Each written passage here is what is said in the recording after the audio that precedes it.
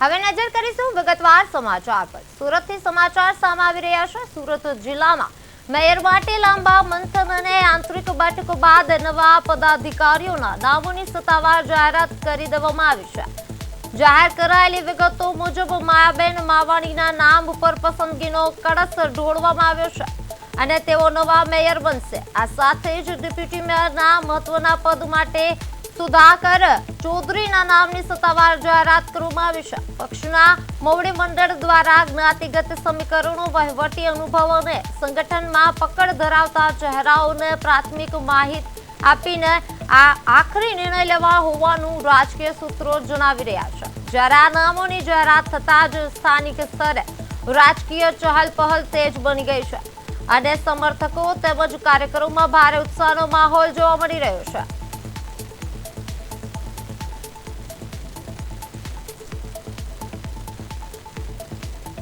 નવા મેયર પદ માયા માવાણી જાહેર કરવામાં આવ્યા છે, જ્યારે સુધાકર ચૌધરી ડેપ્યુટી મેયરની વરણી કરવામાં આવી છે। જ્યારે લાંબા મંથન બાદ નામો પર મહોર જોવા મળી રહ્યો છે, જ્યારે નવા પદાધિકારીઓની જાહેરાતથી ભારે ઉત્સાહ જોવા મળી રહ્યો છે। પક્ષ હાઈકમાન્ડે જાહેર કર્યું નવું લિસ્ટ। નવા મેયર પદે માયા માવાણી જાહેર કરવામાં આવ્યા છે।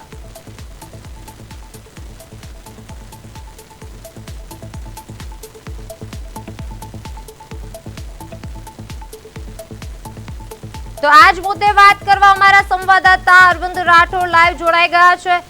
જી અરવિંદ, અત્યાર સુધી મામલો ગૂંચવાયેલો હતો, તો હવે જાહેર નામ જે થયા છે, તો શું છે આની સમગ્ર વિગત? અશ્વતી, બિલકુલ સુરત મહાનગરપાલિકાનો લાંબા સમયથી જે પ્રકારે ગરીબના લોબિંગ ચાલી રહ્યા હતા, એટલે ક્યાંક ને ક્યાંક સુરત મહાનગરપાલિકાનો ઇતિહાસ વખત હશે કે આટલું મોટું જે લોબિંગ અને જે પ્રકારની અને ત્યારે જે છે મેયરનો તાજ આપી જોડવામાં આવ્યો છે, માવાણી પર જે મેયરનો તાજ જોડવામાં આવ્યો છે, બીજી તરફ જે ટ્રેન્ડિંગ તેમને રિપીટ કરવામાં સાથોસાથ સુધાકર ચૌધરીને ડેપ્યુટી મેયર તરીકેનો જે કળશ જોડવામાં આવ્યો છે, બીજી તરફ નેતા બનવામાં આવ્યા છે।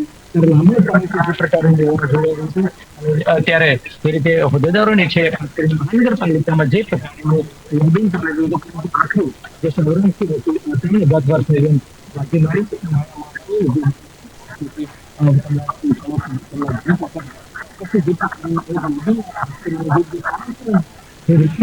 લોબિંગ હતું। અનેક તર્ક વિતર્ક વચ્ચે લાંબા સમય બાદ આખરે જે માયા માવાણી છે તેમને મેયર બનાવવામાં આવ્યા છે।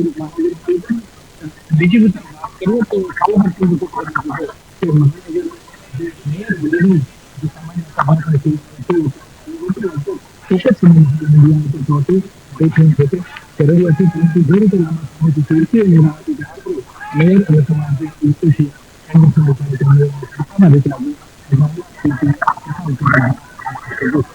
જી, સમગ્ર માહિતી બદલ આપનો આભાર।